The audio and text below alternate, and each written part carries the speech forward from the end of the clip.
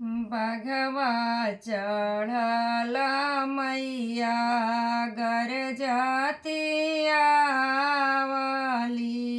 बघवा चढ़ल मैया गर जाती आवली।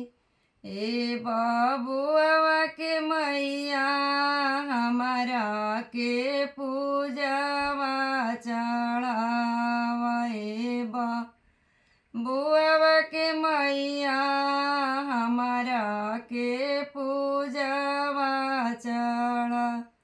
पूजवा के हलिया ए मैया जनबो न करीला। पूजवा के हलिया ए मैया जनबो न करीला। ऐसा तोरे बहिनी पूजवा के हलिया बतालाई।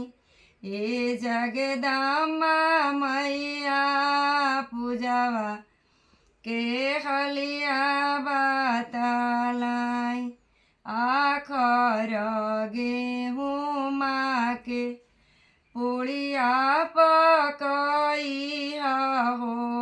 आखर गेहूँ के पुड़िया पकई। ए बबुआ के मैया सिंदूरे बहुरिया हमारो माँ।